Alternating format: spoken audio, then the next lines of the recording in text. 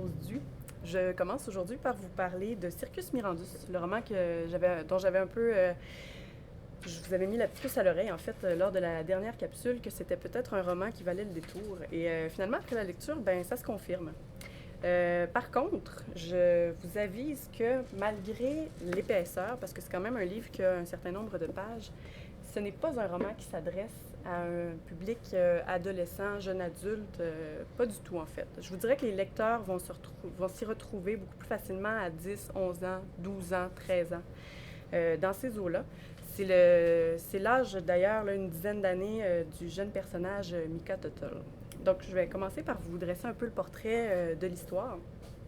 C'est l'histoire d'un homme, un vieil homme, Ephraim Tuttle, qui a toute sa vie cru en la magie parce que quand il était plus jeune, il avait fait la visite d'un espèce de cirque, un étrange cirque, sorti un peu de nulle part, qui lui était apparu et là où il avait fait des découvertes absolument étonnantes. Il avait rencontré un illusionniste de grand talent qui prenait vraiment pour un vrai magicien. Il a rencontré une femme oiseau, un espèce de tigre géant qui s'occupait de garder les lieux. C'était vraiment un univers où la frontière entre le réel et la magie était très mince et pas clairement définie. Et depuis cette visite-là, la magie l'a toujours habité et il a toujours su voir la magie où il y en avait ou parfois pas, mais dans les petites choses en fait. Porter attention. Donc c'est devenu un peu un être excentrique mais très attachant. Et il a un petit-fils, Mika Tuttle, qui l'adore. Il habite avec lui. C'est son tuteur légal parce que le jeune Mika a perdu ses parents. Et il lui a transmis, en fait, toute cette sensibilité-là à l'imaginaire, le magique, en fait. Et un jour, Ephraim Tuttle, le grand-papa, tombe malade, très gravement malade. Et on comprend rapidement qu'il vit probablement ses derniers jours. Et il a raconté à son petit-fils Mika tout ce qu'il avait vécu au Circus Mirandus et il lui a parlé aussi de l'illusionniste, le plieur de lumière qu'il l'appelle, qui lui avait promis lors de sa visite un miracle qu'il n'a jamais utilisé. Et là, son petit-fils Mika est persuadé que grâce à ce miracle-là, il va pouvoir sauver son grand-père de la mort qui, évidemment, l'attend. Alors, Mika va partir à la recherche du Circus Mirandus. Il va partir dans cette épopée-là avec une de ses amies d'école qui, elle, a un esprit très rationnel, qui n'est pas très sensible à toute la magie qui peut habiter certains lieux, certains objets. Et évidemment, pour trouver ce cirque-là, il faut avoir cette sensibilité-là.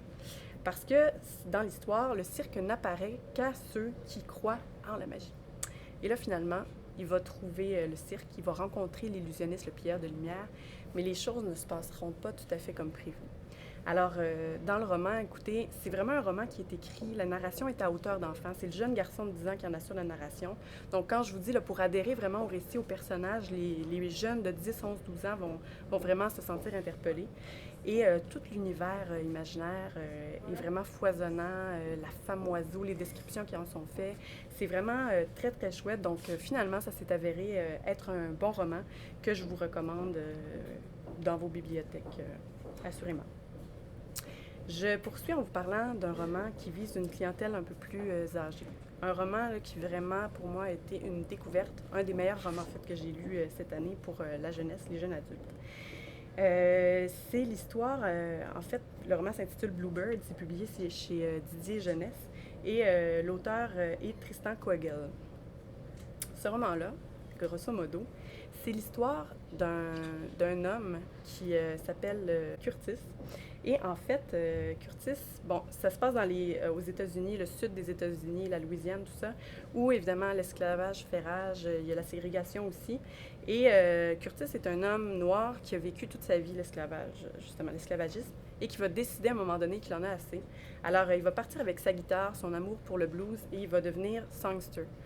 Et il va amener sa fille avec lui, Minnie, et ils vont se mettre ensemble à parcourir les villes, les régions, les petits villages pour en fait jouer leur musique, le blues, chanter, aller divertir les gens. Et ils vont débarquer à un moment donné dans une plantation où il y a un rapport de force qui est absolument inéquitable, hallucinant. Il y a beaucoup de violence. C'est tenu, en fait, le propriétaire de la plantation, Silas, est membre du Ku Klux Klan. Et vraiment, il mène un régime de terreur. Les esclaves sont extrêmement maltraités, les ouvriers, en fait, de la plantation. Et là, ils vont débarquer là. Et à un moment donné dans l'histoire, pour des circonstances que vous allez découvrir à la lecture du livre, la jeune fille Minnie va voir son père être battu à mort par des employés de la plantation. Et elle va prendre vraiment son père pour mort. Et là, sur un coup de tête, elle n'a que 13-14 ans, ben, elle va s'embarquer dans un train pour Chicago pour vraiment oublier ce passé qui l'a tellement fait souffrir parce qu'elle avait déjà perdu sa mère et l'être qui lui restait le plus cher au monde vient de mourir sous ses yeux. Du moins, c'est ce qu'elle croit. Mais finalement, on apprend que son père n'est pas mort.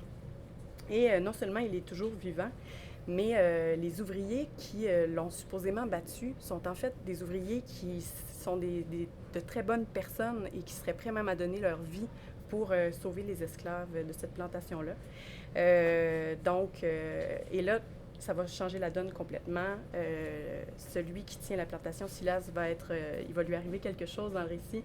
Ça va prendre toute une autre tournure.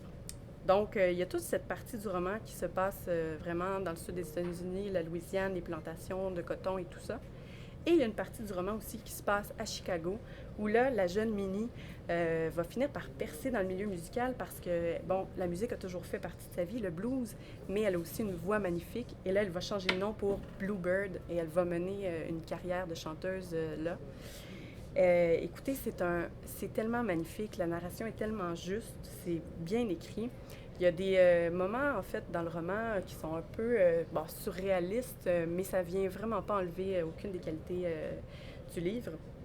Et les thèmes qui sont abordés dans le roman, donc la ségrégation qui est omniprésente, la violence, le Ku Klux Klan.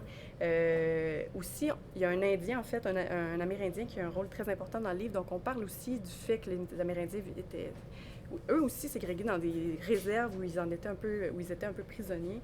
Et on parle même un peu de l'immigration des Irlandais, de leur arrivée aux États-Unis. Il y a plusieurs thèmes. C'est un roman extrêmement riche, mais tellement musical. Le blues est omniprésent. On l'entend presque en lisant le livre. Et ce qui est absolument chouette, c'est que l'auteur nous dresse en fait, pour prolonger la lecture, une sélection musicale, des propositions, parce que évidemment, il y a certains textes de chansons qui sont cités dans le livre. Et là, vraiment, on peut aller réécouter et se plonger totalement dans l'univers. Donc, c'est un livre absolument magnifique. Je vous le dis, un des plus beaux que j'ai lus cette année, une découverte chez Didier Jeunesse. Je vous le recommande tout à fait fortement. Donc, voilà pour les 2 romans que j'avais à vous présenter pour cette fois. Je vous souhaite à tous et à tous une très belle lecture.